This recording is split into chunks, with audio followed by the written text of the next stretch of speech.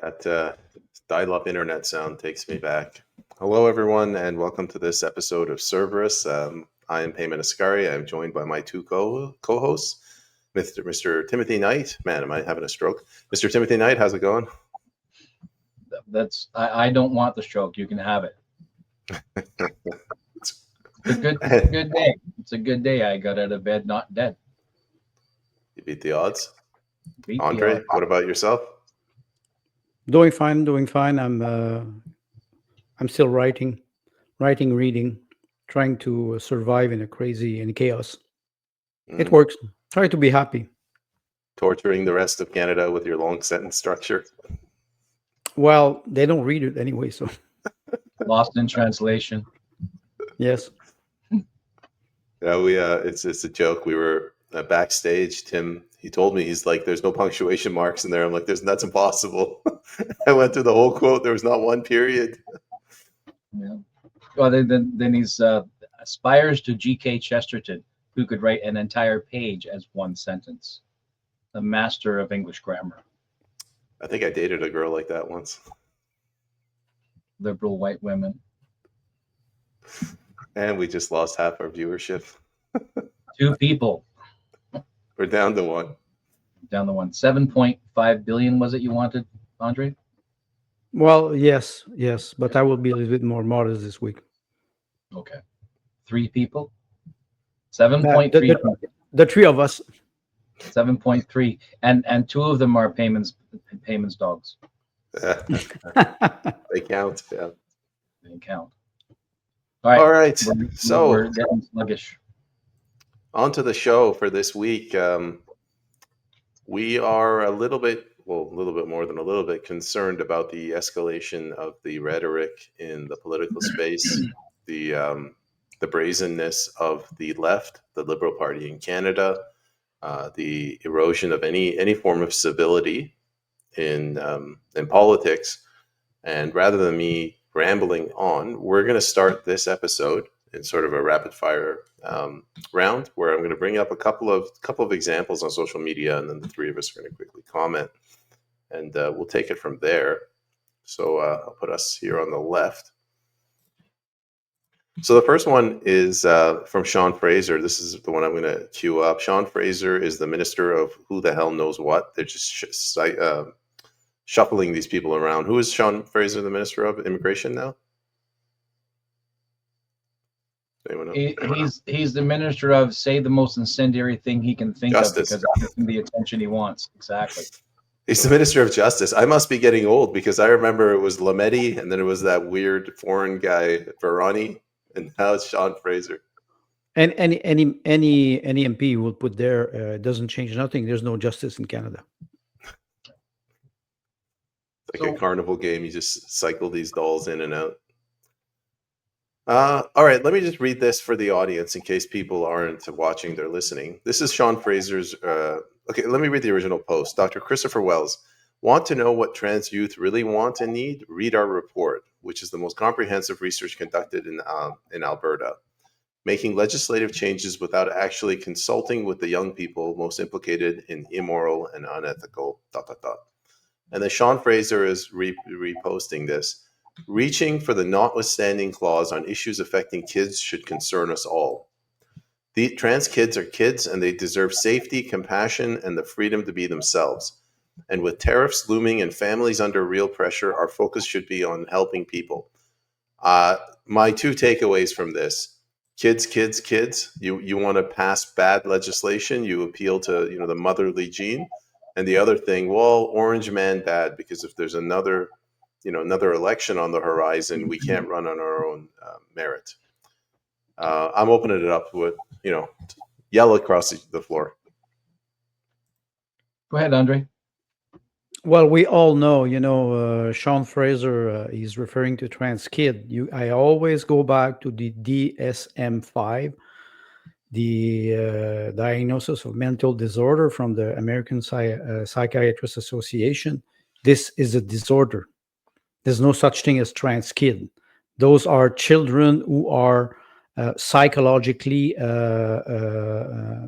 ill, in the sense that the society creates this disease. We can refer to Jean-Jacques Rousseau, the social contract. Before the social contract, animal is a cruel man is a cruel animal, and after the social contract, we're supposed to live in a society.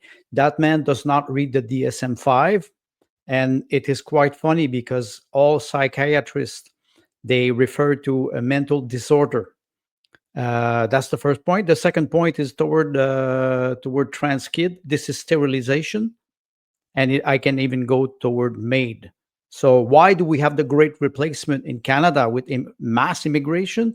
It's because we sterilize the kids they will never have children, and we will euthanize the elderly people. I will stop there. The use of children in this type of marketing language is straight up Munchausen's. Think about the children as Munchausen's by proxy. If you are not helping us make the children well, right, deserve safety, compassion, freedom to be themselves, well, the to be themselves is whatever their education system is pressuring the children to be. Because when 0.02% of the population, according to DSM-5, 0.2% of the population suffer from some sort of sexual dysphoria where they're reasonably or realistically confused and concerned about their position, their gender, which the DSM by its nature is a diagnosis manual for mental disorder. And this guy, Sean Fraser, this lunatic justice minister, who as justice minister is talking about policy, not justice, right? He's outside his lane talking about this. The freedom to be themselves, the deserved safety, the compassion. He's feminizing the policy, and that makes us bad men and bad fathers because we're not providing the safety and compassion. This goes to a video you're probably going to bring up later, where they are literally going to use children to present the message to us the same way that Hitler Youth did, to shove this garbage down our throat. This man is intentionally, well, maybe not intentionally, but what's happening is he's using Munchausen's by proxy to tell you that you're a bad mother if you don't do this for your kids. And Andre is right. If they're not getting a fast enough replacement from the mass immigration, then they will, by reducing the pre-existing population from the bottom, prevent the next generation, sterilization, basically like using a bacteriostat. It cannot reproduce, therefore it dies, will not reproduce, and get rid of the elderly, then that accelerates the rate of over, I can't get the word right in my head. That accelerates the replacement rate, right? So that because the existing population shrinks, there is less resistance, right? There's less resistance. The country becomes more permeable if there are fewer people there. That's where this is going. So Well, with tariffs looming, families under real pressure, our focus should be on helping people. Once again, putting the government into the parental role, right? The government will take, I'm from the government, I'm here to help. Well, during the Soviet Union, I always make the same joke. The Soviet Union, their children were fabricated in a factory and were owned by the Communist Party. One thing I want to say, it's quite ironic that Sean Fraser mentioned how to protect children when they mask them for 2 and practically 3 years and force injection in them. We always know that the criminal always come back on the scene of the crime. So that's what is happening now. They push it. They're doubling down on the the 2030 UN agenda. Well, they're projecting fake compassion. Like they're pretending like they actually care. And it's not whether they care or they don't care. This is just politics.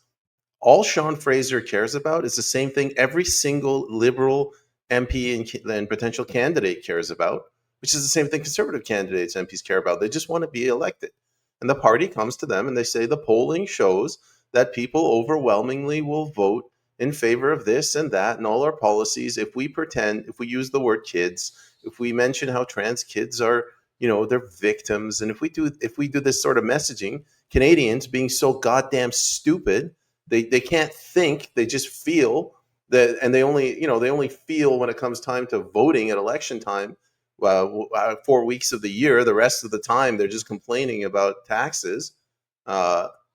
They gobble this up, and the reason that I chose this topic for this week is this works. The conservatives are getting clobbered out there with this messaging. I don't know. When I did a couple of bits of research that I threw up on my Substack and made graphs that we'll go through today later, you realize that the government is spending real money on internet marketing and marketing in general.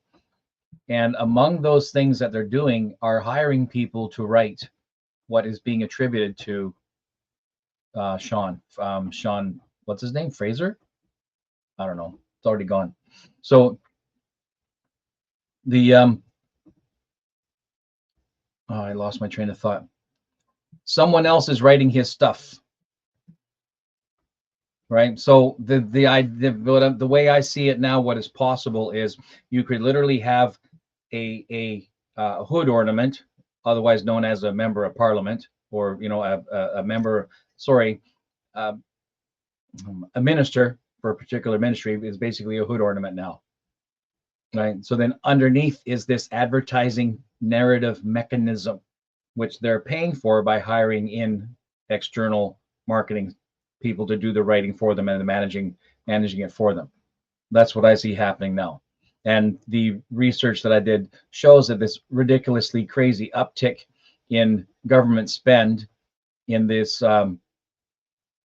in online social media in particular is proof that they're still in campaign mode, right? And being still in campaign mode, they're going to push to be top of mind. Do you want to comment, Andre? Well, briefly, Tim, you're right. Campaign. I think they're in campaign mode permanently. They always try to instead of doing their job. Says, why do we elect those people? We elect those people. We delegate violence and we delegate them the responsibility to govern a country. It's not what they're doing. They're always in campaign mode, trying to win the heart of people or trying to control the emotion of people. That's what we're seeing now. And honestly, they will never accept a challenge, a debate with us. They will be so scared. They're scared of social media. So now, like Payment will maybe show later how they are promoting all those ideology on social media. They're using children, and we will talk about this later, I think. So we'll go on. The people credited with these posts, the ministers who are credited with saying these things, they could very well be saying these things. But I think that they have writers writing it for them and passing it to them to quickly approve or disprove. Because the number of times that ministers are starting to post something online tells me, apparently you don't have enough hours in the day. We need to get you to do some actual work. Get off your frickin' phone and get off X or wherever platform you're on and go do some work. Right? But they're obviously not working because the plan has been given to them. Right? King Charles came and gave the plan. He didn't just simply give a declaration, a proclamation from the throne here in our parliament. He came with a plan. You'd be guaranteed they came with documents saying this is what you're going to do in whatever Canadian way you manage to make it happen. But you've been given your orders, right? So once upon a time, Trudeau bragged about giving mandates. specific letters of mandate or mandate letters to different ministers to perform certain tasks, to reach certain quotas, et cetera, et cetera. You guaranteed that if we're watching the Five Eyes nations begin to behave exactly the same way, they're all receiving the same orders, right? And so that means, I bet you any money, you go and you ask Google to do a little bit of research and say, compare all of the colonial countries government's online information programs. $10 says they'll all have the same tone, right? This is what happened during COVID. They all had the same message. So I'm just going to say, first of all, Gary, thank you for reposting the stream. Kirk as well. A big thank you to both of you for being regular viewers. If everybody else could repost the stream, that would help. We are already at 100 viewers, so we want to try to break 750 this time. Baby steps, Andre, not 7 billion. What does Kirk say? Just real quick, they switch the politicians around so they don't become stagnant, correct? And Gary says the chickens are running the coop. That's a good one. I'm going to use that. Let's go to the next one. If you guys just bear with me while I fumble my way through. What do we got? We got Mark Shaw, just a random person, and so Tara Armstrong of 1BC. They're the ones that are coming out and saying this. There are no dead children buried at the Kamloops residential school. That's all they're saying. What they're saying is, you can't build a society based on lies. So naturally, there's a massive campaign to get these people out. These two are the only legitimate politicians in Canada right now running for office. I'm sorry, I have no faith in anyone else. And what does Mark Shaw say? This is what racism and bigotry looks like. Well, for the left that hates MAGA so much and American-style politics, this is exactly what they've become, the very thing they swore to destroy. Tim. Well, we can, people tell us, what's that line? If I tell you who I am, believe me. Look at his profile photo. Now I believe him, right? Absolutely everything is framed in the first, right? Nasty Canadian and proud of it. Photographer and sailing nut. I blocked Dr. Bonnie Henry haters. Oh, so he's from British Columbia and he supports the Ukraine. So that means he's nasty photographer. Okay, then it's reasonable to assume that he's also an NDP voter. Yeah. Go ahead, Andre, if you want to jump in. Which immediately reduces him to a 2-digit IQ. Well, okay, I will. That's a good introduction, Tim. It's funny because it reminds me of Trotsky. All the sentences that are usually used by people who don't have any argument. If you go back to the sentence payment of Mark, what's his name? Mark Shaw, racism and bigotry, and that's it. No debate. Usually, what you do, you accuse people. There's no debate. There's no recognition of fact. That we know now that there's no grave, and evidence are accumulating. It's like the injection. It's like the war in Ukraine. All the evidence are accumulating. Zelensky is refusing the 28 requirement peace proposal, and they're doubling on they're gambling more and more. Why? Because I think they are in panic. Most of the left is in panic. You can see it on social media, and we will see it more and more. I think the real conservative movement will rise. It will take a lot of time. Tim always say that it's not hive mind. It's not like the liberal. It takes time, but when you arrive at the tipping point, people will start to wake up. Maybe you will refer to the property rights later. When you will lose everything, you will rise. Maybe you can bring the quote of the Ottoman anecdote just for the fun of it. I did something wrong. I'll bring it up. You keep rambling. Well, no, it's because it's quite funny accusing people like this. They always do this. It's quite easy to do it, But again, like Sean Fraser, this Mark Shaw will never accept a debate with us. Never. They are afraid. They don't have any arguments.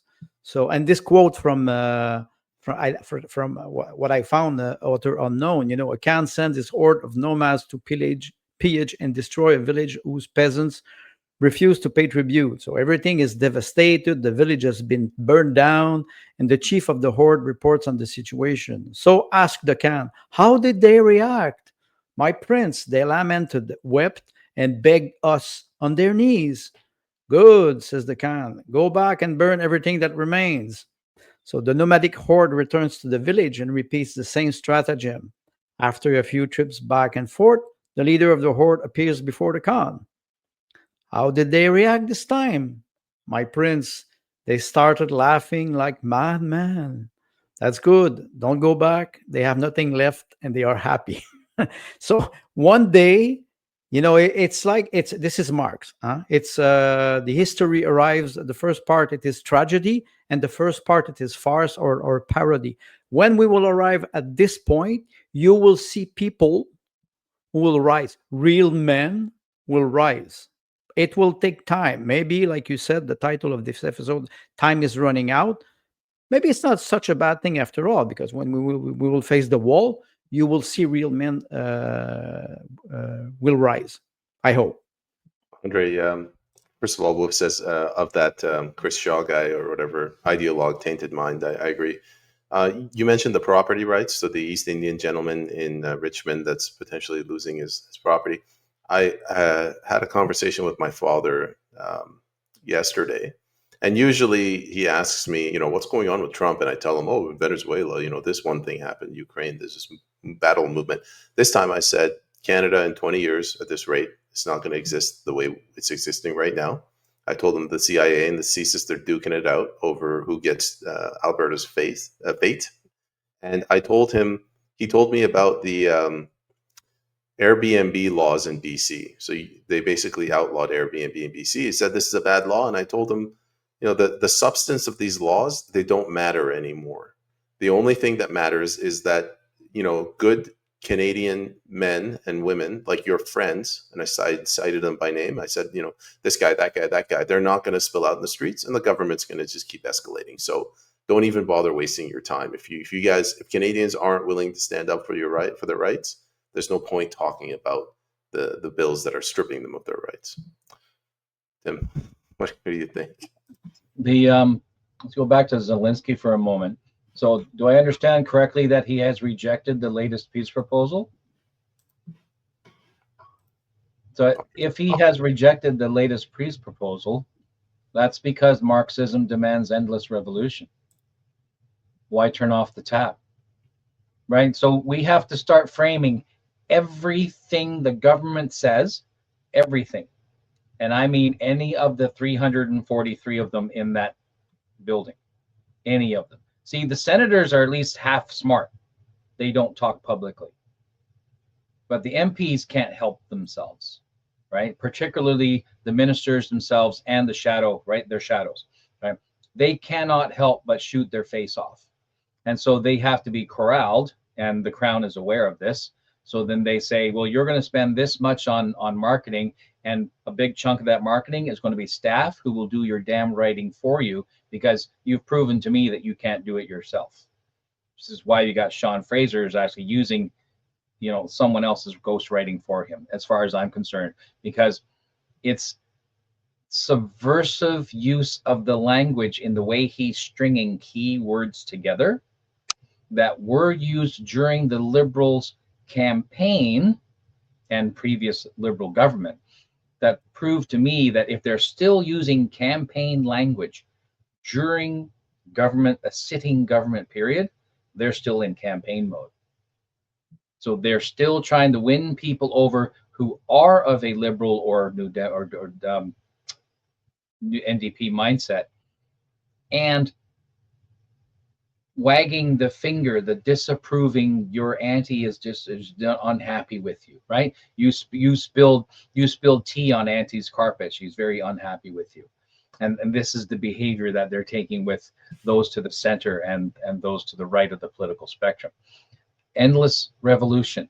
we are not going to have honest debate and honest discussion and honest dialogue, because the dialectic demands the dialectic continue, right? See, we when we use the word dialectic, we're actually thinking more in terms of a debate with a conclusion, right? And the conclusion is you agree that you both have value on the subject, or one persuades the other. So we generally agree in that dichotomous nature of debate. The dialectic says we just want to keep the wheel turning. They don't care who's right or who's wrong. They've just chosen an angle and they're pushing the wheel. They just want to keep the wheel turning. That's it, because that's the physical mechanism of Marxist endless revolution. If the goal is endless revolution, there will be no peace, because that's not what they want. They just want endless revolution. So when you say time is running out, time is absolutely running out, because here we are on the right, still like 5, 10, 15 years later, still thinking that the left is of a rational mind, that the left wants healthy families, that they want healthy culture, that they want to trust, to respect our traditions. And they do not, because they just want to self-immolate and create whatever it is in a brand new, Phoenix event moment. And they are the I've mentioned this several times in other audiences, maybe not here. The Phoenix is not reborn until it self-immolates. It has to do it to itself. This is the Christology moment, right? When Christ is on the cross and he says, "It is finished," right? So having completed, right? So he gives up the ghost. So Marxism is going to force the country, the culture, because it's cultural Marxism at this point, is going to force cultural self-immolation. It's going to use mutilation of children, sterilization, economic pressure, pressure on the family, a increasingly aggressive feminism, right, and other modes like this. It's going to use Munchausen's by proxy. It's going to use Pavlovian behavioral management. We see that already. We've seen it plenty. It's very easy to see everywhere we go. Put the arrows on the ground in the store, right?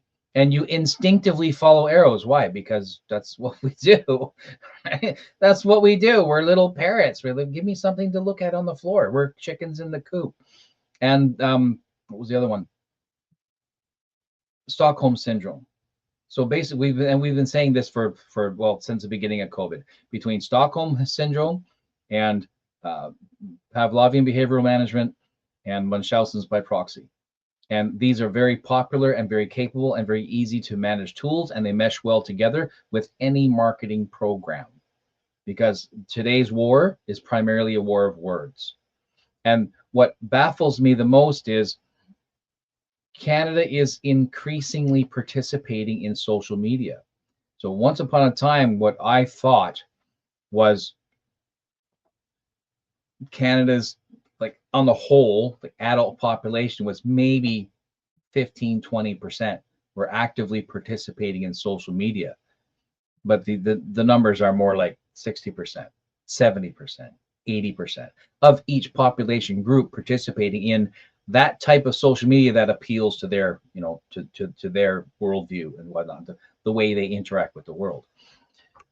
The government knows this because they're hiring people more intelligent than us, more intelligent than them, more capable with more tools and more ability to exact this up. So I see you're shaking your head when I say more intelligent than us, but it's and I get it. I get it. Andre is a humble man. The point, like Moses, the most humble man. The point I'm making is there is a massive machine above us, a global machine above us, with varying degrees and types of cogs and engines and individuals and pistons and all the bits and pieces that are much more organized than we are. Much more organized. Much more, yes, much more strategic. And so I'm not introducing morality or capability, right, or intelligence. I'm saying the machine itself is a juggernaut. Let's see what Andre has to say. But first, Robbie, thank you for restreaming the room. If everybody else could restream, that would help. If you have any questions, we promise to get to them at the end. So please put them in the comments. Go ahead, Andre. Well, Tim mentioned something. He was talking about Marxism. I will say Bolshevik. 19. We're in 2025. 2029 it will be 100 after the Great Depression, 1929. That was 10 years after 12 years after the Russian putsch or the Bolshevik putsch. The message is the same, and he's right. An endless revolution always creates insecurity for people, and they can never rest. They can never meditate on their life. They can never enjoy. They're always afraid of something. Something will happen. Something will happen tomorrow. I have to live today because something tomorrow, maybe I will die, maybe I will lose my house, I will do. So that's the first thing. The second thing is when we look at the social media, actual social media. There was a movie, I think it was in 2021 or 22. I'm not watching Hollywood at all. But in one of my essay, I referred to this movie. The title was "Don't Look Up." I think maybe you will remember. It was an asteroid that was supposed to hit the planet Earth, but the metaphor was quite simple. Like they're always stupid and simple in Hollywood. It says, "Hey peasants, don't look up. Bow down in front of the master." And that was the real message, because Hollywood is always playing on those metaphor that nobody really pay attention to. So you are in a state of permanent revolution. You can never rest. You can never accumulate goods, wealth, because they always deprive you of this. That's interesting. The other thing that I want to mention about this man who has a Ukrainian flag and he's supporting Ukraine. I've discovered very recently that the oligarchy in Ukraine is running away from Ukraine. They're buying assets everywhere. But you know where they're buying assets? In Canada. Moscow. They're buying flats in Moscow because it's the safest place to put your money. Actually, the funny part, the irony part of this is this man who has a Ukrainian flag. He agrees that in Canada we send billions of dollars to the criminal gang in Kiev, and those people, they're just laundering money and they're buying flat in Moscow. The irony is there, and when you discover this, that's why one of the minister in the Kiev regime flew away from Ukraine because he was afraid to be assassinated. We are in this state now, permanent revolution. And I will end on something. When you put light on a group of cockroach, they all run away. The elite is afraid. They're afraid, so they will double down. It means that we are arriving at the end of a cycle. The end of a cycle may be 4 generations, 80 years. Let's think about 1945 today. The international institutions are crumbling. They're not working. They're corrupted. They're financed, and the money is looted everywhere. So we will see some events in 2026. I think the war in Ukraine, or the conflict in Ukraine, will end. But what we will see, the oligarchy will not stop, because a psychopath cannot stop. It has to be stopped, and it's up to us to stop them. No, yeah, no small feat. We're going to move on, but the Remanded, thank you for reposting the stream. Sue Kellen Dyer, good evening. I'm expecting at least a handful of questions from you, so go ahead and start typing them in the comments. Let's go. Here's another one I prepared for this show. If anyone's joining us right now, the topic of this episode is, the escalation of the battlefield on social media, particularly from the left, the Liberal Party. So this guy, Eric St. Pierre, he writes, Pierre Poilievre chose the worst kind of politics over truth, spending his entire time as conservative leader feeding vaccine hesitancy instead of challenging it. Now we're living with the consequences. And I posted this. I read this. I thought it was like a bot. Maybe it was just some idiot member of society, like a child. This guy he's a member of parliament. He's an MP. And he's putting out filth like this. And these are the same people who come out and say we reject MAGA, we don't want American style politics. Well, if this is not American style politics, just it's like a getting behind your favorite football team. Tell me what American style politics is. This is shameful. And Andre, you mentioned that. Let me get Sue Kellen Dyer out of there. You mentioned how they're panicking. The left is panicking. Well, yeah, they're panicking. I think this is their reaction, and this has been they've been panicking since Mark Carney got parachuted in. But I don't know if I would call it panic, or this is just the end game, like the I gloves have come off. disagree with the panic assessment, Go ahead. because if self-immolation of the culture and the government system is the objective, then I want it to crumble. What I'm hoping for is that, now having pushed the country over the falls, right? We've used this metaphor previously. Having gone over the falls, when we hit the water down below, we want to survive that impact. So I think that what they're trying to cause the collapse of the industry, the mechanisms of civilization, the underlying tools and infrastructure, etc., they are intentionally causing that to collapse. So I don't think that they are panicking. I think that they are intensifying their activity, but they're trying to manage the fallout at the end to their benefit for whatever is born out of this collapse, right? Are we seeing panic? Certainly in some of the less educated or less informed among their ranks, right? For all of Chrystia Freeland's access to the upper echelons at that level, she still sounds like a complete lunatic, right? So so I think at some point in time they realized, okay, Aunt Bunny is a little bit not right in the head, but she's an oligarch and we have to put up with it. So we'll just manage the fallout around her as we go along, because she'll be gone in 20 years and things will get back to normal.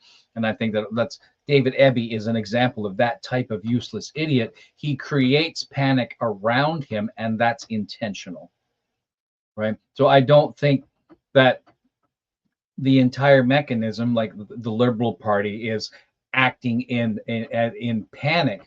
I think elements and individuals who are not as capable of playing the Marxist game are panicking.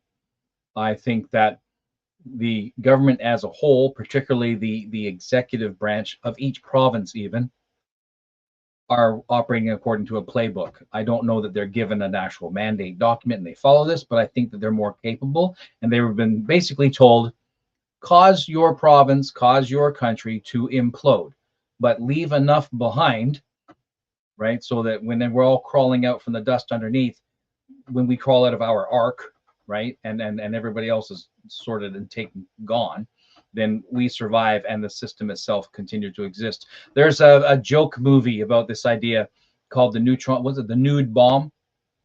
Right? So based on the idea of the neutron bomb, which is where it was a movie, and the idea was the bomb made everybody naked.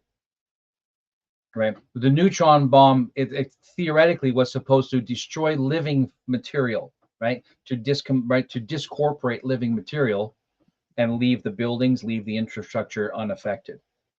And I think that's kind of what we're looking at, is some type of Marxist revolutionary system that removes the people and retains the instruments of our Western civilization. It's quite interesting you mentioned the nude bomb. I will refer to, again, 1925. In Russia, Mikhail Bulgakov wrote a masterpiece. The title of the book is Master and Marguerite, and it's about, a critic of the Soviet Union system at the time. And Wolin, who represents, he's a consultant, but he's also the devil. And they have a show. And they attract all women and all men, all Soviet Union men and women.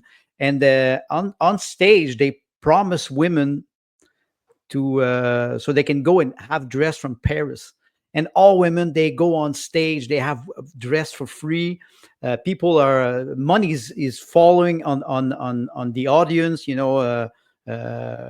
100 ruble at the time. It was a lot of money. And as soon as women go out and men go out of the show, they're all nude, because all the illusion disappears, and now they're completely stuck. Men, they have money, they have a 100 ruble bill, they take a taxi, it is a white paper, so the illusion is there, and we see it. What time is running out. Payment mentioned that, time is running out for Canadian. It will accelerate whether we like it or not. And the question that I would ask you two gentlemen was, do we help the tower to fall or do we try to stop it? What would be the best strategy? Wolf mentioned that the liberal, they have a strategy, they have good strategy because they want to destroy. Maybe we help them. Maybe we help them, and after that we will be able to reconstruct something more strong based on real value, not what we're having now. That's a question for There- both of you, or there's for our audience. It's a there's good there's question, Leon. yeah, I have my view on that. Many moons ago, when I was young and stupid, and usually it was my attitude, my fat mouth got me in trouble at the bar on a Friday night. And someone would say, "Do you want to fight?" I didn't answer. I just swung. Right. So the and is there value in the right, or the right side of history? This is us patting ourselves on the back, saying, "Aren't we good people?" Right? I'm so modest. I'm on the right side of history. Right? Is the is there value in us provoking them intentionally? And the answer is yes, if you can sustain the fight. Because it's proven that our current tools do not survive the fight. We've been playing their lawfare game. Let me give you an example of what's right. So we have a person of a political or educational or military or whatever, who's run afoul of their provincial organization or the government itself, etc. And then suddenly they find themselves being charged with some type of human rights, whatever, and they're up in front of a judge, and it's going to cost them tens and hundreds of thousands of dollars to fight this ridiculousness. And meanwhile, the average Joe is financially supporting this effort because they believe that fighting lawfare with lawfare is a good idea. And my thought is, take the power out of the court in this civil type of action and pay the fucking fine and move on. Because paying the fine is 10% of fighting it, right? So there's a joke among some people that say a traffic fine is basically paying for permission, right? You're paying for permission. We need to start looking at. We need to start. No, Sue, we cannot sustain the fight. They have $2 trillion they can dip into. We cannot sustain the fight. We have to outsmart them, and we have to outsmart them on a family level. So when they take you to court, they take our heroes, right? Those, when they take them to court, and the courts as well, the lawyer says, well, it'll cost $100,000 to fight this, and then we put out all these pleas, help fund this and help fund this. No, pay the bill. Be very public about it. Shame them when you do so, and then save the people their money and say, this is our angle. We don't bend. We do not play the game. They want you to drain your money dry fighting them. That's why we cannot sustain the fight. Their resources are bottomless because they're using your resources. We need to think differently. We need to think smarter, and we're not there yet. Well, it's because, like Wolf mentioned, they have a strategy. We don't. I advocate this for many years now. What type of strategy? What would be the goal, the mission, the vision, the strategy, and the tactic? How we would do this? We really don't have a strategy to fight. I quite agree with what you said, but some of the things I disagree with. You say, okay, pay the fine. Okay, pay the fine until what? Until you're bankrupt. One day you have to stand up. You don't have the choice. And then the tipping point, when the tipping point will arrive, you will see a lot of people will stand up, but you will not see leaders. You will see ordinary people who will suddenly feel that they cannot live anymore under the pressure of the tyrant, and they will have to stand up. It's not a question of when, it's not a question of if, it's a question of when. I think that what will happen, and we see this often, we saw this often in history, in recent history, 100 years, the last century, in the East European country, in Romania, in Georgia, you had a lot of protest and riots and uprising. It comes from people who are feeling that they are in danger. I think payment will refer to the property right. Do we have rights in Canada, or do we have privileges? I feel that I don't have any rights in Canada, and I don't want to pay for privileges. We can refer to what Charles Fichtner was talking about, the natural law. I don't need a permission to drink water. I don't need a permission to breed hair. I don't need a permission to build a business. I don't need a permission to feed my children. I don't need the government to tell me what to do. And that's, like you mentioned, Tim, the endless revolution. That's what they want. They want us to live in fear. I defy them. let's See, let's let's try, let's do it. and I'm not Can I get trying to. a word in edgewise here? Or? Yep. Okay, so Clown World, thank you for reposting the stream. For everybody else watching, if you can repost, it would really help. We're trying to boost our numbers. Like, share, and subscribe. And if you have questions, you can put them in the comments. I'm going to bring up something Gary here has said. It's about this post. I find his post extremely offensive. Will I be able to use the new censorship laws to remove his opinion and protect the children and grandma? I highly doubt that. Those censorship laws are. Sean Yeah. Fraser post. Yeah. Oh, is it the wrong one? Thank you, Tim. I thought this was a left-wing bot account. Oh man, I'm the worst host. No, I think it was this one, but whichever one it was a funny comment. And there was another one, Sue Kellen Dyer. This one's for you, Andre. I thought it was funny. Andre, the modern version would be purple-haired people out in electric cars with bitcoins falling on them. That was Thank you, Sue, for bringing this, especially from Newfoundland and Labrador or from Quebec. And without electricity, good luck to dye your hair in purple with your electric car and your Bitcoin. No energy, no progress.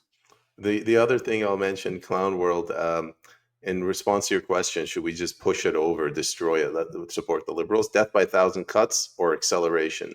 Although it will be tough, I choose the latter. So she's on your side, Andre. There's a it's not a Far Side comic, but back when newspapers used to have the editorial comic, the one panel, the one frame comic, there's a picture. Someone in the audience will know who this artist is, of a guy. He's in the doctor's office, got his shirt off and a big hairy back, and there's a bandage that goes all the way down his back, a great big old Band-Aid style bandage. Wide as his back, all the way, and his back is super hairy. The doctor says, "Do you want me to pull it off fast or slow?" And that's the panel. So the right. So the point the artist is making is, it doesn't matter what you choose, it's going to hurt. So pick your poison, right? So Clown World is right. Are we going to take the slow death, or are we going to accelerate ourselves am I inciting? That's risky. By accelerating the process, you actually have more control over your Venn diagram, like your position in that process. By actively participating in it or accelerating it, you will have more control. Right now, that's a psychological thing. That's a philosophical position, but it may not be actual or practical. But that's the idea, right? If you participate in the process, you will have more control than if you just float down the stream wherever the stream may take you. And what we try to do, and many others in the pod space and other things, writers, etc., saying the same things that we're saying over the last number of years, is you have an opportunity to be you. I don't really care if you're liberal. or conservative or Martian, or I don't care. I care that you speak your own mind and not parrot the words of someone else because it's easier or because you don't feel sufficient of yourself to have your own mind. Ultimately, we want, because that's where dialogue happens, right? A liberal minded, not even liberal, because we're closer to liberal than sometimes than what we'd like to admit, at least as far as the classical liberal definition is concerned. So if a person or an ideologue is willing to speak their own mind, and that includes the right, because we have our own dictionary, right? If they're willing to speak their own mind, you will make progress. You can continue to disagree, but at least you will not, be slinging nonsense at each other endlessly forever. But as far as ideology is concerned, Marxism is endless revolution. And where the conservative-minded individual insists on stability, cultural stability, right? Institutional stability, et cetera, et cetera. We insist on systems of stability. And Marxism says, is that stable? And we're like, yeah, it's stable. Great. Fuck with it. Right. And we are resisting against that. Andre, I'm going to throw it back to you, but just really quickly, I wanted to mention one thing here that I forgot. Where is it? If you guys can see here, embarrassing is sad. Canada loses measles elimination status after nearly 30 years. They're doing the COVID playbook again. They're dusting off the anti-vaxxer rhetoric. Go ahead. Well, in European Union now they're erasing all the statistics of the COVID crisis from the database. Why? The criminal always try to get rid of the evidence before fleeing the crime scene. This is one thing. The other thing, slow death or fast death. I think, of course, we will suffer. Of course, we will suffer. But do we have the choice? We don't have the choice. We have an enemy in front of us. We know this. We can stay polite with people, but I'm sorry, I will not comply with this tyrannic government. I will not comply, and I did not comply since a long time. But now I know. Well, first of all, I base my strength on faith. It's not complicated. They can deprive me of everything. They cannot deprive me of my faith and my soul. So that's. But if they don't believe in it, it's okay. It's okay. But if you start to fight with and you base your fight on truth, we can go back to this comment about bigotry and racism. Those people they don't have language. They don't have language. They have 30 words of vocabulary. They don't have language. They cannot structure. I have to apologize to our English viewers because I'm French Canadian and sometimes I struggle. Since 1 year and a little bit more that I know you and we do this podcast, my English has improved a lot. Not because I'm that intelligent, because I read in English, I write in French, and I translate my text in English, and I improve my vocabulary. Still, I pretend that I have a good vocabulary in French, in English. In French, it's much better. But those people, they don't have vocabulary. They all rely on slogan. That's why it works. 3-word slogan. We can remember axe the tax. So the idea is, can we have a debate? I'm not a physician, but I can have a debate with a physician. I would read the book of the book of a physician, and I would have a debate or a discussion with the person, and I would know my limit. They don't. They think they are limitless in everything. They're protected by bureaucracy. They're protected by the system. They have their benefits from the system, and they think that they are not. They are untouchable. They are not. They are not. I can remember people, Nicolae Ceausescu in Romania. The government thinks that they are not thought that they were. The regime thought that it was not untouchable by people. If we arrive at a situation where people are desperate, I can guarantee you, there's a lot of people who will try to hide from reality, especially if it becomes aggressive or violent. I'm kind of beating a dead horse at this point, but this is another one. As Tim said, they're in campaign mode still. Laura is right. Canada is not broken, and Pierre Poilievre spreading these lies is dangerous. If this is not broken, tell me what Canada broken looks like. Do we need the Islamic Republic of Iran? This is ridiculous. This is not an outside campaign period comment to put on social media. Well, look at the women first of all. $1.3 trillion. I think she doesn't even know how to do a budget, like Chrystia Freeland, who was finance ministry for what 8 years, and she could not even do a budget. I think when she was 40 years old, she had to add her parents' sign because she needed a loan to buy an apartment. You can imagine that. They live in a virtual reality. Let them live in a virtual reality. But of course, if they're paid $200,000 by the government, it's much more easy to be on social media and bullshit people like this all the time. That's what it's the only thing they can do. There was a comment on the side mentioning that we are not terminal yet. I strongly disagree, because 80,000 people chose MAID last year. Canada is terminal. We are absolutely terminal. 80,000 people were killed by the government using MAID last year. We are absolutely terminal. When Payman showed the title for this show, Time's Running Out, he was rightfully angry. And per capita, Tim, Quebec is the number one in the world. Near my house, 10 kilometers from me, there's an elderly resident. And now they're proposing session to people, entertaining session with MAID. This, I'm not inventing this. This is the government of Quebec who's proposing this. Yes. The MAID is the number 6 killer or cause of death in Canada right now. Fucking government-assisted suicide is the number 6 cause of death in Canada right now.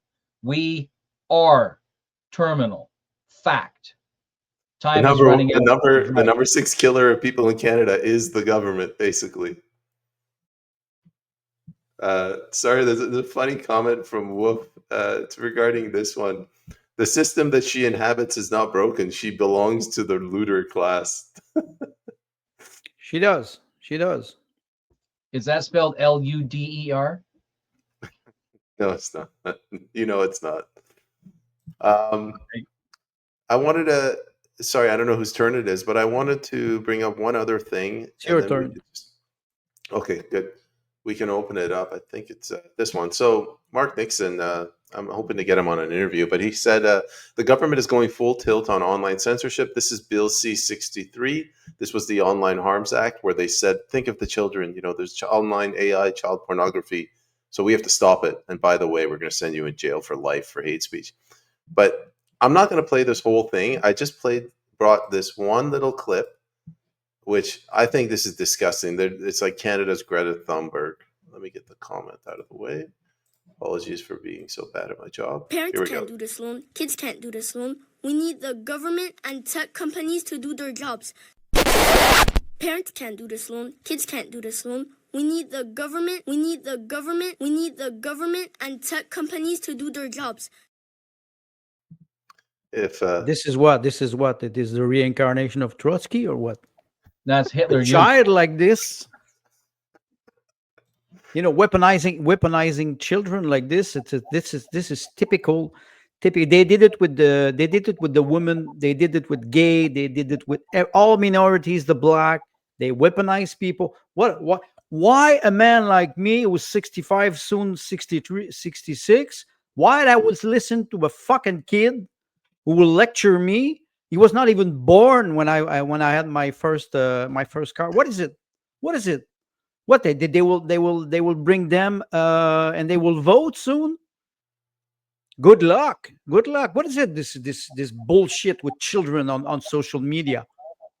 Where are the parents? I don't know where they are. They're irresponsible parents. I was just laughing at Clown World's. It's Clown World. That is not an appropriate comment. I can't bring it up. I don't know, Tim. What do you want to add? I got distracted by Clown World. Well, that's what part of we've gone over the edge is the general public missing. right? And I'm not the first person to say these things, and I'm not going to be the last person to say this. So this is not anything special about me. Until we start reading Martin Luther King Jr. and learning about how he used civil disobedience and other forms of, non-aggressive pushback, right? Then we are going to stay where we are. The funny thing is, as much as I don't want to be like America, I want to be like Canada. We have to adopt a more American mindset toward love and devotion to those things that gave us the standard of living we've enjoyed up until recently. And we're not. And even on the right, we're still not, because we don't want to fight, because fighting might give me tennis elbow or something. I might get a paper cut or something, or much worse, right? Right. Sending a donation to the truckers convoy might get my bank account frozen, and I'm a single mother working as a server in a restaurant, and that would cripple me. So it's very easy to sprinkle, right? Sprinkle. I'm quoting Halecki while I'm reading. It's very easy for us to capitulate to larger forces, because we are so inoculated. Is that the right word? Inculcated. We are so inculcated to government infrastructure and influence in our lives, right? I have a disability pension for my mental disorder, because if I go to work, I'm likely to do irreparable harm to the employer. And so that means that for me to be financially independent means I have to walk away from that quote unquote government benefit, even though it's actually a pension, right? It's actually an investment return. I have to find financial independence if I'm going to open my fool mouth and give the government cause to hit me from a financial control. So I get it. But there are ways that we can strike back. So when the three of us always tend to work to summarize the show by saying, do what you need for your family, right? Strengthen your family, right? Payment's line, hug your children, etc. We mean these things. We mean these things because they are the last bastion. They are also the cornerstone, right? So with a strong cornerstone, we can build the house. We can build our next, whatever is going to come down the pipeline, because Canada, as we know it, is not on life support. It's breathing its last gasp.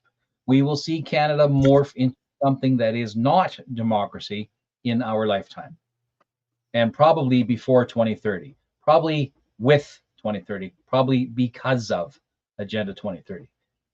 That's 4 years, folks. That's 4 years. We've done nothing. I don't mean it quite that way. Now I'm being melodramatic. But Payman's right. Time is running out. And suggesting that we're on life support or we're not terminal, that's sorry, you're wrong. We're wrong. The government can turn around, and they know where I live. They know where Payman is. They know where Andre is. They have access to their bank accounts. They have access to all of their records and everything. It would only take one phone call, one text, and we would be anything they want to do with us, because we have no influence. We have no power. We are nobodies, and you'd never see us again, right? Look what they did with Artur Pawlowski, right? He up in off-grid prison for weeks up in northern Alberta. He thinks, not really sure, and basically left to die where nobody knew where he was, and and we know that it's possible. We know that it's possible, and we know this, and the average Canadian out there doesn't, and that's what we're trying to do, is get the average Canadian to know. Ultimately, family first. And that's the goal, because whatever is happening in Canada now, not going to stop. We're not going to stop it, right? So as far as I'm concerned, we'll go back to like 1984, when the missiles were flying, right? In our old, 1984 nuclear, right, pre Cold War era ideology, or apocalyptic view. The missiles are already on their way. Right? Andre, do you want to comment? And then we got about 15 questions and comments from the audience. Yes, maybe you just bring the comment from Sue Calendar about the terminal. No, Sue, I do agree with Tim. I think we are in terminal in the sense that the country is not in a democratic mode. I just wrote an article. The title is The Democratic Labyrinth. We are in a labyrinth and we cannot escape because we're bombed by information and we don't know what is true, what is not true. Where we are financially, it is, yes, we are on a terminal mode. Let's not forget February 1917. It was the first, what we call the second Russian Revolution. That was a real revolution after the 1905 revolution, February. And the Tsar at the time was ready to give a lot of power, and he was ready to create the Duma and to have a lower chamber and a higher chamber. And he was ready to structure the system so he would split his own power. Then arrived the October Putsch. Historian can disagree with me, but I still don't think it is a revolution. It's a putsch. And it took most probably, I think it was 7 years before they had the new economic policy where they understood that the the Bolshevik and the system was not what it was supposed to be. Like Tim mentioned, it was an endless revolution. It had good impact in on paper, industrialization, and people, they were starting to have more wealth because they were educated. What we're seeing now, if we are in a terminal mode in Canada, it doesn't mean that we will all die tomorrow, but it means that our life will change and we will have to adapt. And I do agree with you. It doesn't mean that we have to not bother. Of course, we will continue to fight. It's not a question of fighting or not fighting. It's not even a duty. It's an existential threat. So we have to do it. It's either we fight or die. Now that this has changed, the context has changed. Our strategy has to change. In 2020, when 2021, when they arrived with the COVID mandate here in Quebec, we had the curfew. They wanted to force the injection. They want to deprive us of our right, like we don't, like we have rights in Canada. And I started to feel different when I saw the Freedom Convoy, and I started to tell myself, okay, I'm not alone. I have allies. We have to fight. And my mental process changed through the years. Now we're practically in 2026. I think even if we are in a terminal mode, as what we think that Canada was before, it will change for the better or worse. It's up to us to decide the future, not the government. I can share my thoughts. So Sue Kellen Dyer says we're not terminal. We can do another analogy. This is like that movie Troy, or the story of Troy. They've got the horse in, they got the gates in, they've stormed the walls, they're in the castle. Everything's going to shit. Everyone's trying to run away. We're not dead yet. The town hasn't been destroyed. The palace is still there, but it's over. Like what do you? I don't know what to do. Like, the people aren't waking up. You have Mark Carney, which is the enemy from the city of London, that's come in like a virus. It's infected the body, and he's here to repossess everything. And I'm going to people and I'm like, guys, we got to do something. And they're like, do something about what? They got the pumpkin spice latte. He's got his Pornhub and Netflix. They don't see a problem. So when my friend Tim says that it's terminal, yes, we haven't sustained the headshot and the heart is still beating, but like, how are you going to solve this problem? So let's add clarification to my use of the word terminal. We've already said you've gone over the waterfall. Canada has gone over the waterfall. Don't think of yourself as if the waterfall is Canada. The waterfall is a metaphor for civilization in collapse. Canada is the canoe going over the waterfall, right? Our little birch bark canoe with the Iroquois painting on the back corner. That's the canoe going. Actually, I might have made one of those when I was in grade 5. So anyway, that's birch bark and Newfoundland education system for you. Canada, the canoe has gone over the waterfall. We are over the edge of waterfall. We are in free fall. That's terminal. Canada is terminal. The canoe that is, it's really great. I'm gonna milk this one for all it's worth. The canoe that is Canada, is going to be destroyed when it hits the bottom, the pool at the bottom of this thing. We will not.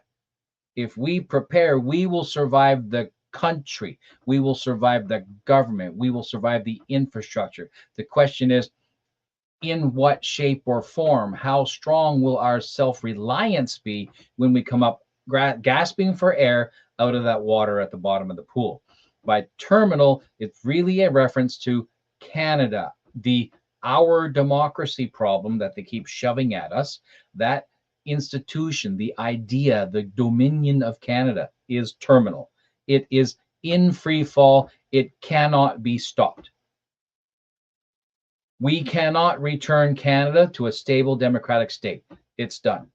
The question now is, how do we help each other to support our families and our neighbors and our friends across the internet and our pod space, etc., so that when you hit the bottom and come back up for air, you have the tools, that you are prepared, that you are doing the things so that you and your family can survive, so that whatever that new structure is, this is the Phoenix moment, whatever that new structure is, you will thrive within it. And yes, I believe that some will survive the drop. I really do. And that's one of the things that what I've seen as the show has evolved over the last year or so is we started out talking about hug your family, right? And then we moved and explored some other ways of producing the show. We find ourselves increasingly coming back to and reinforcing the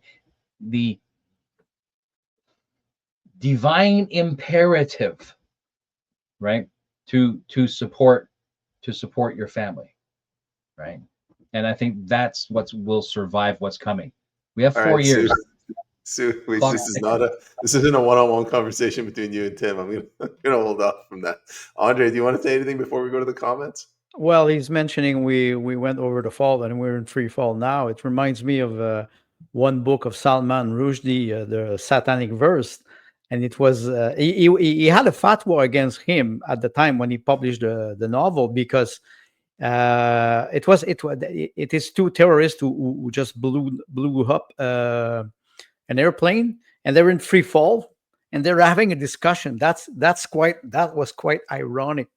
And he had a fatwa, Islamic fatwa against him at the time when he published this. We're in free fall, so we still have the time to debate. We still have the time to discuss. We're attached to or we're in the wood barrel. They were going to Niagara Falls and trying those stunts. So now we're falling. We did not touch it. I know it will be painful. I know when we will touch the water or we will fall on the rock. Will we survive? I don't know.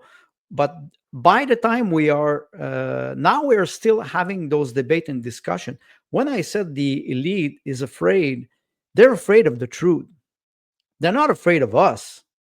We are practically nothing. We don't have any influence, no exposure. That's why sometimes we say to people, restream, repost, we repost the episode, talk to other people about us. They can come and they can throw stone at us. They can disagree. It's not important, as long as they come and try to see what we're trying to do. Can we survive the way we used to live before? The answer is no. The answer is no. Tim is right. How it will unfold, what will happen. I think about the Alberta sovereignist movement, the 51st state, the Quebec supposedly polls for the independence of Quebec.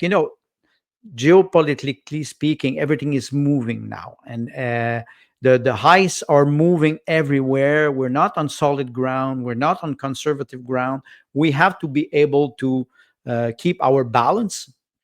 I used to play broom ball and I used to do a lot of water ski. I can guarantee you, trick water ski, you need a lot of balance. So, but to have balance, you have to be pushed. You have to be shaken. You have to be destabilized, and to see if you have balance. If you have a good balance, and we always say to people who do judo, they always lean down because their center of gravity is very low. So you have to be able to be pushed by other people with an argument. You disagree with the person pushes you, makes you think. Tim mentioned earlier the dialectic process, thesis, antithesis, and synthesis. That's Hegel. Hegel was saying, okay, we're evolving to another model. It doesn't mean that we will throw away the old model. It means we will keep what was good in the old model and we will integrate it in the new model. I think in Canada, we will see this moment. When? I think it will come faster than I thought. I was thinking 2028. I think now it will be more fast, and it will not. It will be a financial crisis. It's not. It's not sustainable. The debt is not sustainable. So we're going to go to the questions. We got 16. First of all, if you guys could repost the stream again, please, we'd appreciate it. We got 16 questions. So, gentlemen, if we could maybe shorten up our responses, because we got to get through all of them. Let's go in reverse order. We'll go with Wolf. He just posted this right now. Canada never was a stable democratic state. We always had been a resource extraction colony of subjects. It's good that that version of Canada is terminal. I'm not going to address the second part, really. The first part, I think, yes, if Charles Fichtner taught me anything, is that we started out like this and it's gotten worse and worse. Go ahead, Tim.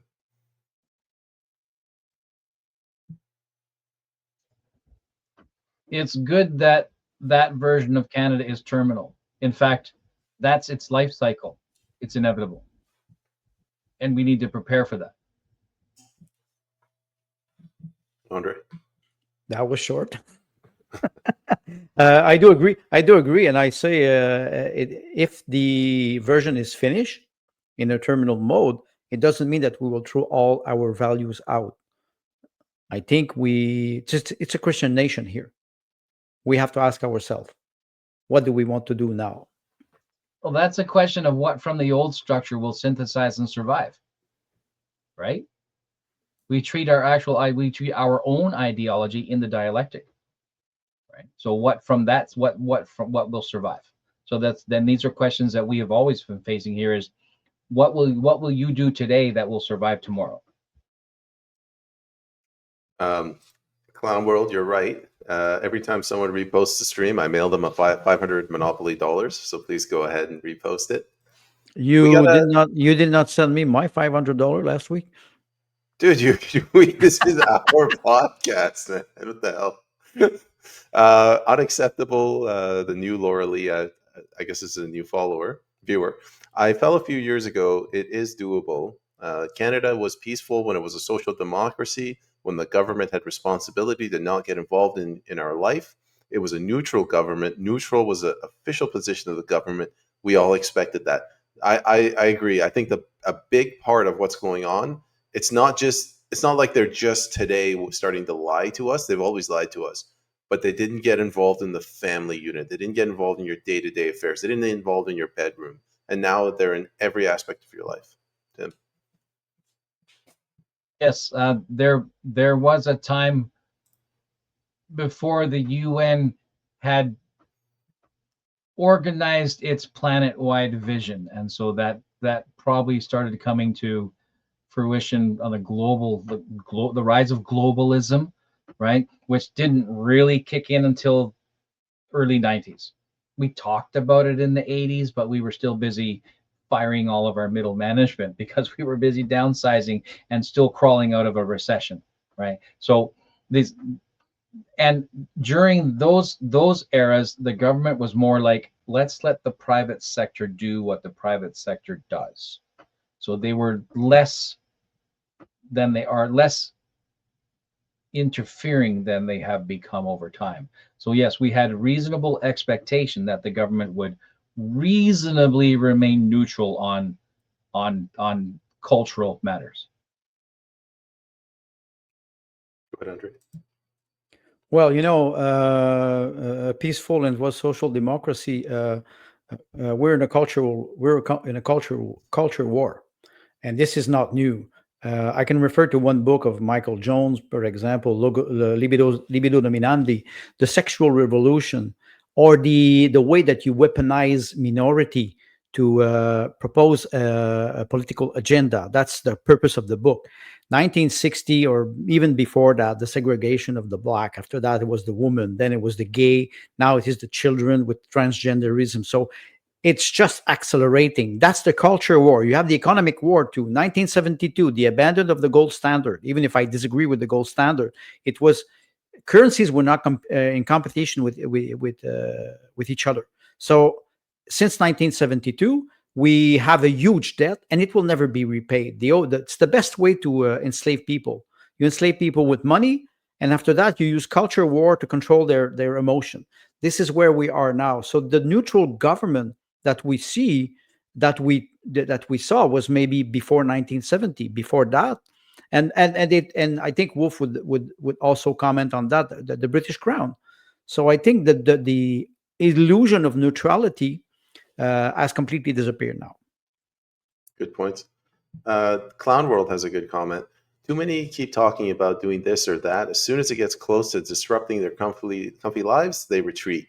People don't realize that it will take suffering on our part to fix things for our kids. Yes, it also means possibly going to jail with all the new dystopian laws. I agree, and this is why I'm starting to get a lot more frustrated now. People, they don't want to be free; they want to be happy, and they don't make the connection that if you're not free, you can't be happy. All they want to do, and I'm looking at my family friends. They want to drink their alcohol, have their barbecue, listen to their music, play whatever poker or chess or whatever they play, and they got their head in the sand, and that's not a long-term strategy. Go ahead, Tim. It's we mentioned this in the green room today before the show. This is the behavior of eat, drink, and be merry for tomorrow we may die, and that's Dionysus, right? The god of wine from Greek mythology. We saw the god of Dionysus in elevated in the Paris Olympics theatrics. The blue, right? The blue god, that's Dionysus, right? Well, actually, they're playing on Shiva too with that, but that's a different conversation. But effectively, the god of the party, the god of no responsibility, the god of wine and the effect of wine, right? You lose response. You don't lose culpability, but you become irresponsible. Let's put it that way. And so we have a culture that is doing the eat, drink, and be merry for tomorrow you may die, which is a very self-centered application of live and let live, right? Whereas our parents' generation, the 60s and the 70s, had a very live and let live attitude, which was much more neutral position. This new position, which is eat, drink, and be merry, and it demands that you eat and drink with them, right? That's the problem.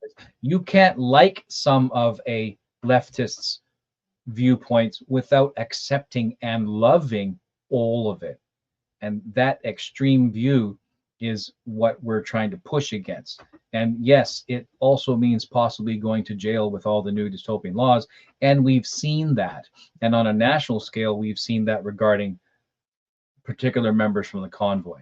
Right? So we know that it's possible. So and they have a certain degree of protection because of their cultural or national notoriety, their celebrity. What about us down here who nobody knows who we are? None of us can hire a fancy lawyer, and so we would just disappear. But we have to be prepared to disappear. It's just for myself, I want to make sure I have the top bunk. Otherwise, I'm going to end up being somebody's boyfriend tonight. I don't like that idea. Go ahead, Andrew. Well, Clone World, she's right, and I would refer to our new heroes, Kirk Rees, Arthur Paslovsky, Tamara Lish, Chris Barber, and I forget a lot because there's a lot of people. There's a lot of people who already suffered. They already paid the price. Personally, I paid the price because I lost all my family and all my friends.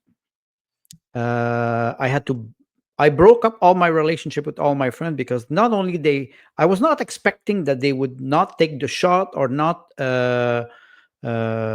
They were free to do what they wanted to do. They did not speak. They did not rise when it was the time, even in a discussion, in a family discussion, it did not happen. So yes, the psychological trauma is there for practically all Canadian, even the people who agreed with the mandate or who are agreeing with the actual putsch. They're suffering. They just don't know. They are disconnect from reality. They live in virtual reality. When it will hit, I don't know if they will be prepared. I try to be prepared. That's the best I can do. This would be like coming out of a hyperbaric pressure chamber too quickly. They'll probably explode. I'm going to go through these a little bit quickly. Lori F., thank you very much for reposting the stream. If everyone else could repost, we'd appreciate it. I'm going to clump a couple of these together, and you guys can answer in any way you like. Sue Kellen Dyer says, we are in a financial crisis. Mario Vanni says, Canada has become an abomination. Hear, hear. JP Berg says a perpetual state of synthesis is what, in response to what you said, Andre. And Sue Kellen Dyer says, no need to be polite. Be smart. Polite is lost on the ignorant. I'm going to go with her comments about we're in a financial crisis. Like Canada is, when we say it's in a free fall, like the state of Canada is so bad, not just with the debt and all those macro stuff, just on the micro level. When I talk to people, everyone is depressed. We're just not calling it depression. No one's happy. Everyone's miserable. You can't build anything. Everything is dominated by an oligarchy, whether it's the banking system, telecommunications, or a freaking restaurant. There's no hard work doesn't get you ahead, so you end up becoming a slave to the government. I drifted there. Go ahead, Tim. No, that's okay. Our last episode, we showed the truth of the matter, and that is, in 15 years, Canada will be insolvent. We proved it. So there's no in a financial crisis. We're past the moment of crisis. We're in the period of collapse, right? We are in it. It is not, we cannot save this. It is inevitable that Canada will be insolvent in 15 years. That's if everything remained as it was today without any changes. Done. The country's cooked, right? The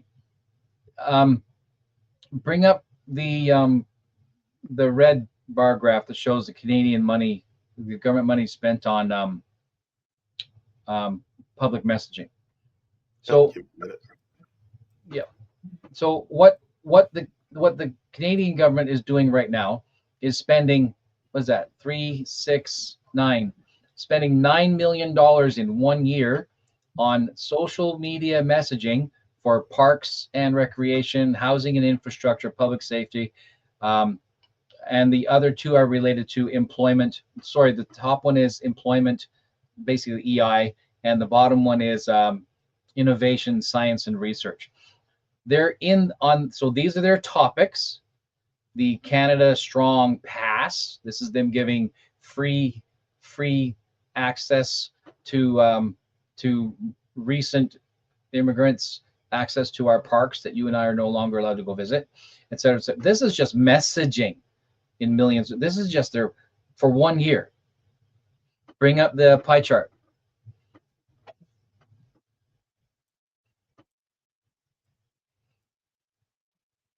And this is the silo. There are 5 silos, and they're all on the internet. So this is a percentage by age group of Canadians that are on the internet, and what. So you have all these groups, and the 2 most important groups are the 25 up to 64. That's, what is that, 28, 24? Is that 60%? 50%. So more than 50% of the entire population is captured in 2 groups that are on social media. And of those 2, for example, X doesn't even make it. Like, it's not even on the list. It's an outlier. The X's reach is so small and so tiny in Canada. It's just a bunch of angry men. That's it. That's what the research tells me. All of these numbers, Facebook, Instagram, LinkedIn, and then the other ones are the more youth-minded, right? TikTok, etc. The bulk of these 25-year-olds up to 64-year-olds is Facebook and Instagram. They're all captured. They're all captured. And this is what we're fighting against. It's quite interesting. Are we in crisis? No, the crisis is behind us. We're already in free fall. We're in chaos. We're in collapse. So hug your children, and that doesn't mean hug them because death is next. It means strengthen your families. So, and I don't mean to be banging a gong on this, but I think that if we need to be solutions minded right now, and the solutions are not another fucking petition, the solutions is not lawfare, the solutions is not even another protest, although they do have their value, right? But that's not the solution. The solution is the family unit, which is what is under attack. The destruction of the family unit is what has been under attack for the last 30 years, if not longer. Right? Actually, if we're going to go to that, we could go right straight back to no fault divorce and the pill, right? As the attack on the family. And so that's a different type of cultural thing. Clown World, those are not polls and surveys. I did that research myself using government information. So, yeah. One of the things that we said is that we were going to be doing more journalistic approach. And now I'm doing 2 pieces of research before every show and producing graphs to support it. So, and those pieces of research I did are actually on my Substack. So the things that we can do is lean more into journalism. And that's what we are going to provide for you. But we still want to remain the pundit, right? We still want to remain anyway. So I can't respond to that, Clown Rule, because yes, sure, we want to say if we don't trust nothing, then what can we trust? You have to pick something, right? And so I've done my best to find information that is factual. Anyway, support each other, support your families, strengthen what you can, and find a way to make yourself resilient so that when you come out on the other side of whatever this is, you will survive and you will still be strong. And I think that's the best way forward. Go ahead, Andre. Well, Clown Word, I can say, for example, financial crisis.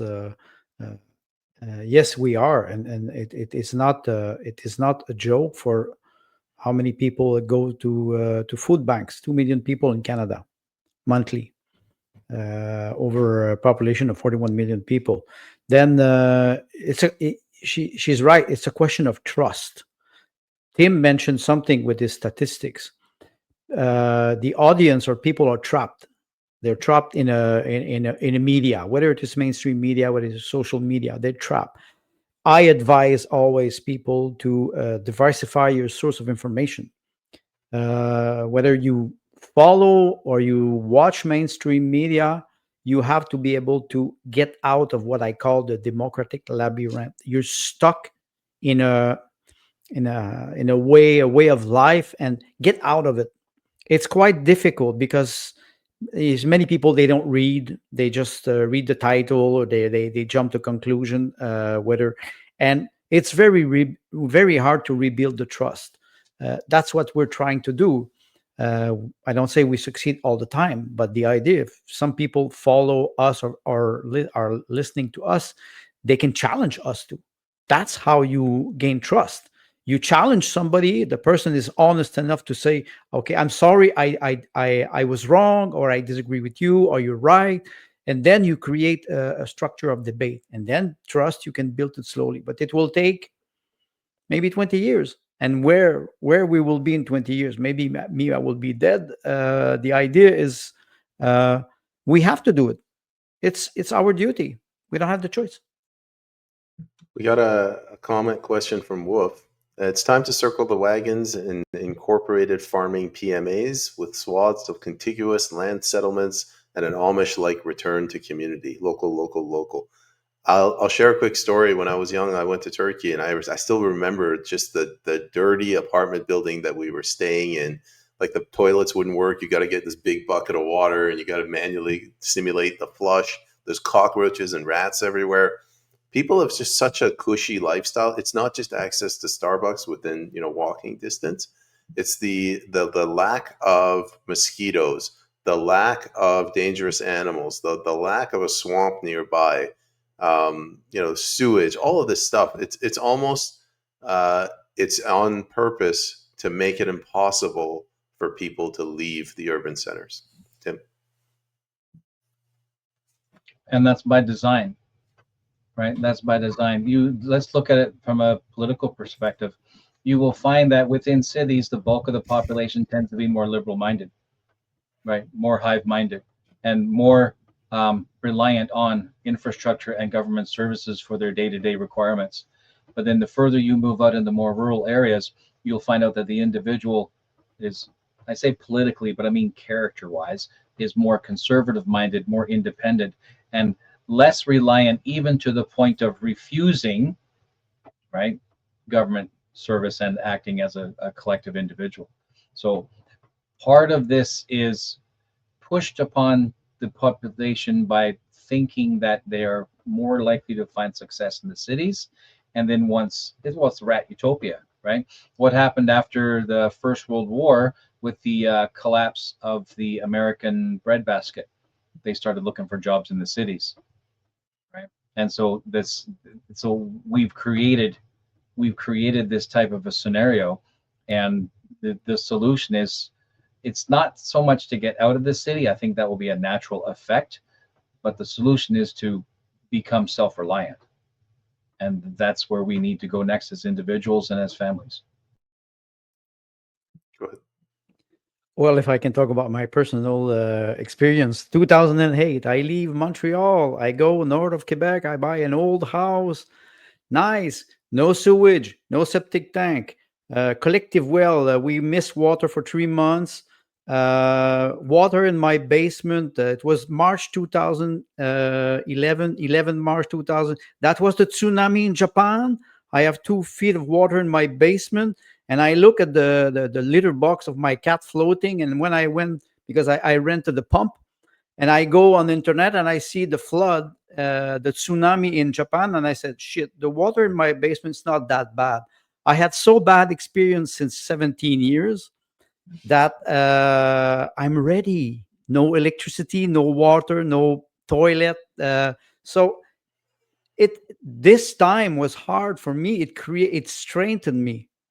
So I expect people. I don't wish them to have problem, but they have to also understand that the state of the country now, it looks nice on paper, but when you look in reality, the structure of the system is completely hijacked, not only by evil. People are incompetent. They're just incompetent. You ask now, I see more and more posted on Facebook of millennial buying a house if they can, and they say, what do I do? I have water in my basement. I have a problem with electricity. They don't know what to do. They don't know what to, first of all, they will learn. The other thing, I will just end on this, the quote of the comment of Wolf, it's time to circle wagon. Payment, bring the quote of Thomas Paine. I like this one because I think it is very, I would say, appropriate in a way that Thomas who? Thomas Paine. You mean Thomas Maloche? No. Come on. We shall have no real hope to survive the enemies Aaron against us until we hang the traitors lurking among us. So circling around, like Tim mentioned, locally having association, people who you rely on, we refer to trust. You rely on them, help them. They need you, go. Don't ask yourself, do I have the time? Is it the proper time? You just do it. You don't ask. You don't say yes. You don't say no. You just do it. And then you say, don't pay me. Don't pay me. You owe me something. That's trust. That's what we have to rebuild. And we cannot count on the government. Anyway, the government it's us. It's us. Localism, subsidiarity, helping each other, trying to rebuild the trust. That's a hard task.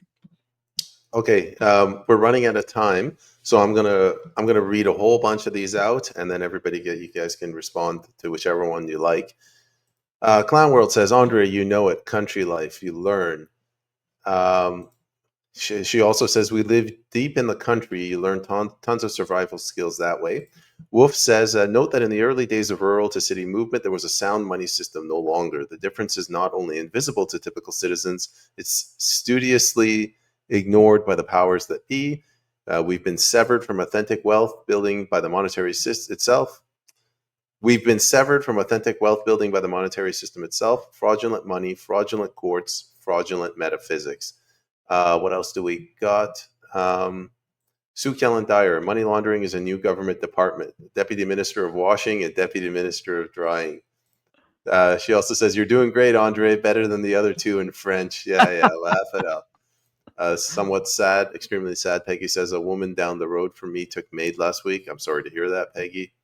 The Remanded says, "It's not just federal bills either. Administrative production orders for misinformation policy coming to a province near you."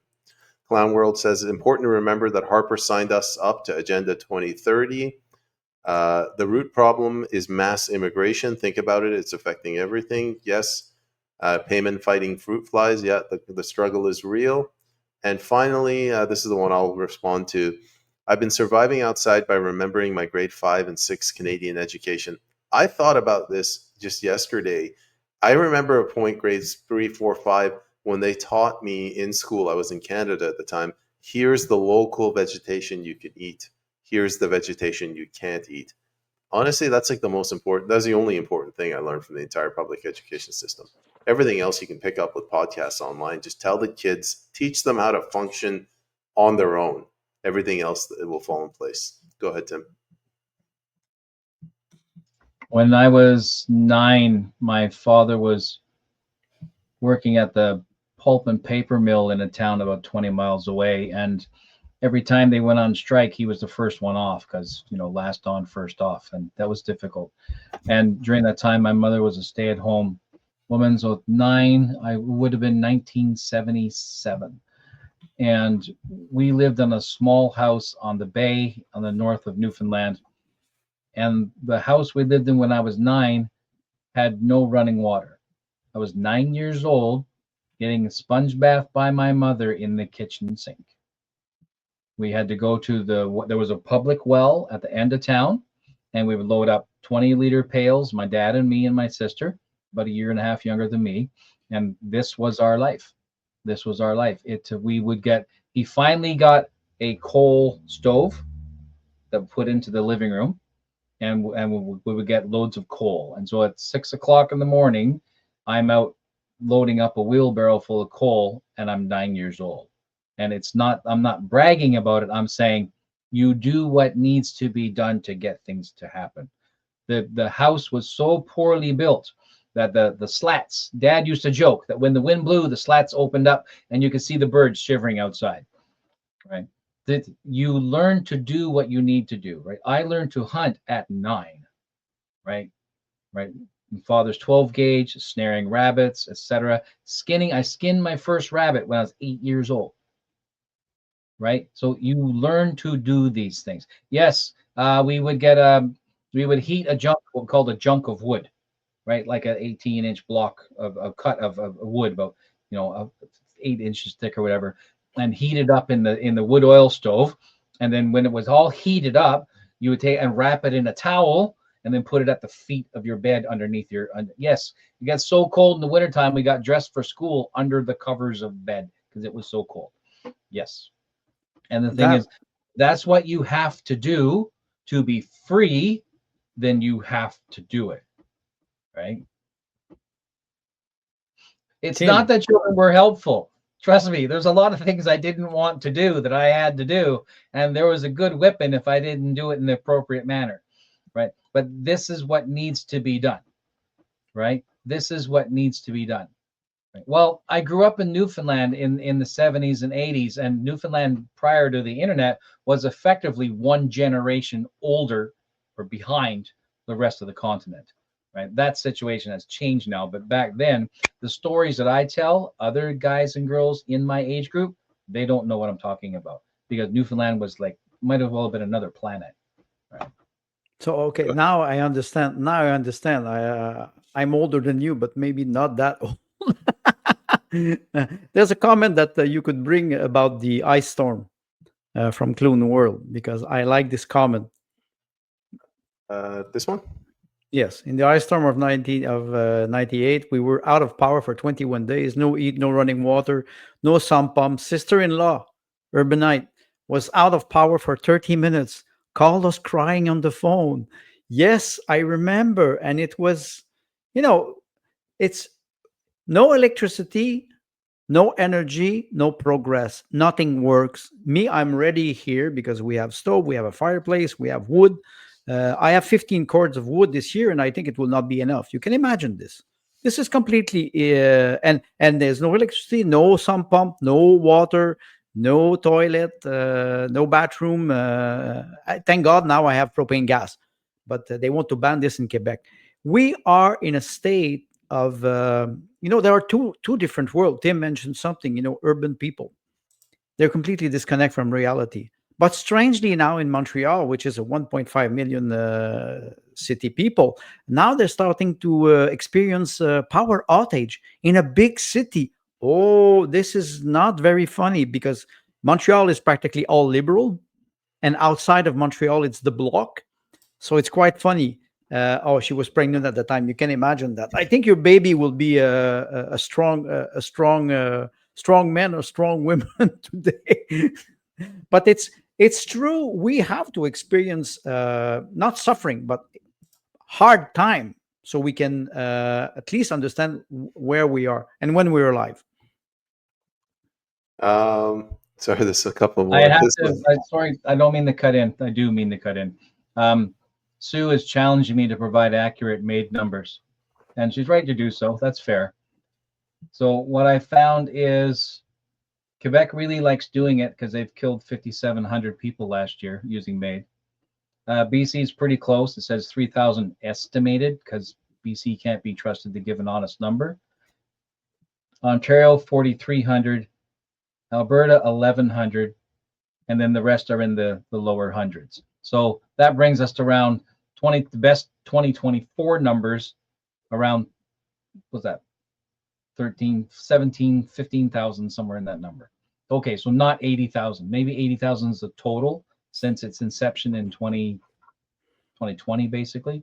But so I can admit when I'm wrong. Maybe 80,000 sounds like and in at a continent, like me inflating the numbers. What I'm trying to say is it's the sixth highest cause of death in Canada is suicide by government. It is. Homicide by government. Well, we can play on words, of course, but I think he's right. And but when you push people to despair, when they're vulnerable, you can take advantage of this. This is why you say. This is why we see that the government is not helping us at all. It's the contrary. Some of the comments about no electricity, or it's quite interesting to see how people can survive. We are strong. Yeah. And you know what? We're rich in Canada. It's not about the debt. We are rich. They just don't want us to work. They don't want now there's a lot of bankruptcy in Quebec. It's skyrocketing. And what did they do for 2 years? They forbid people to have their small businesses. Now they go bankrupt. That was the goal. And we have to stand up toward in facing this. I just want to make one comment. The audience, they got really engaged and excited when we talked about living off the land. I thought people would be like, what are these three idiots talking about? Oh, like the comments blew up over this. And Andre mentioned a very interesting point, and that is Canada being insanely resource rich. How resource rich do people feel when they move away from the city and they're on their own piece of property? Right? You don't have to call Mint Town Hall and say, "Hey, am I allowed to put a new wax ring on my toilet bowl?" You just go do it, right?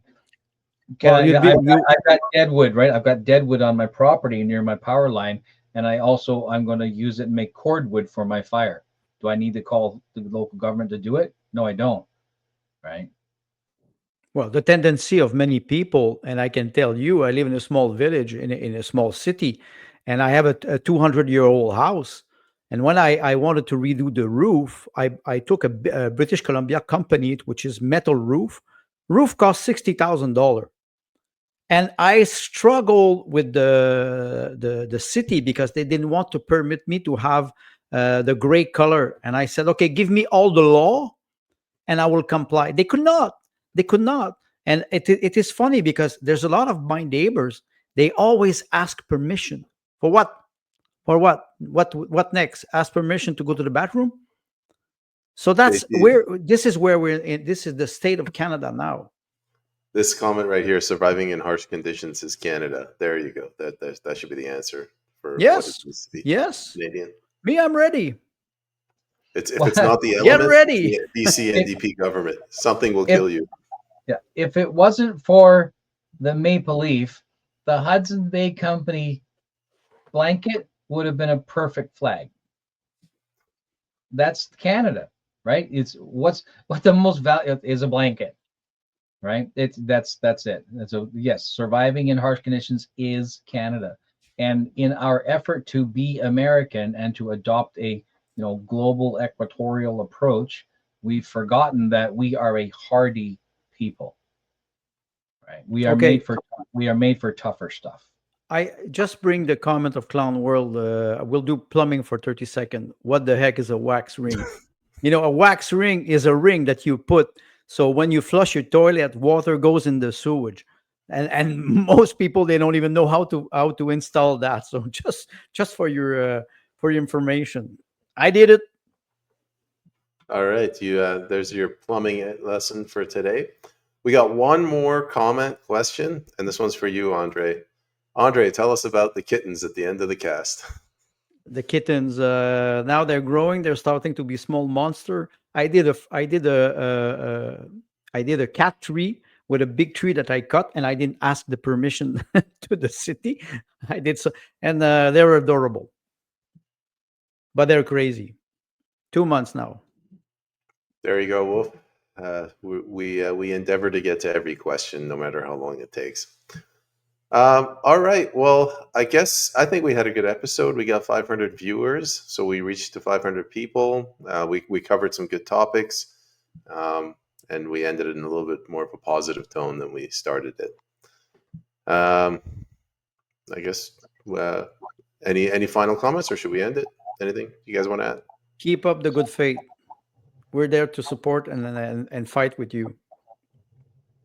Like, share, subscribe, all the things.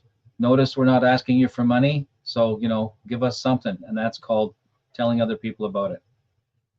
That's pretty fair.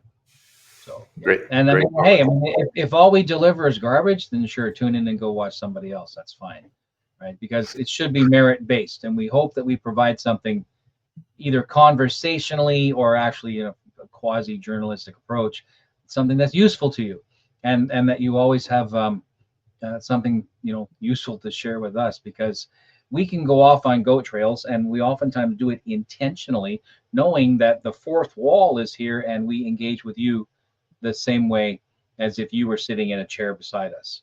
And that's the type of relationship that we want to foster moving forward. And we've been doing that reasonably consistently since the beginning, more than a year now. So those of you who've been with us from the beginning, thank you. And those who are new, thanks for joining. And press all the buttons, do all the things, hug your children, tell your wife she doesn't look fat in those pants. Always a nice and gentle comment. It's a good way to extend your life expectancy. All right, gentlemen. Thank you, and a big thank you to the audience, and we'll see you hopefully next week. Bye.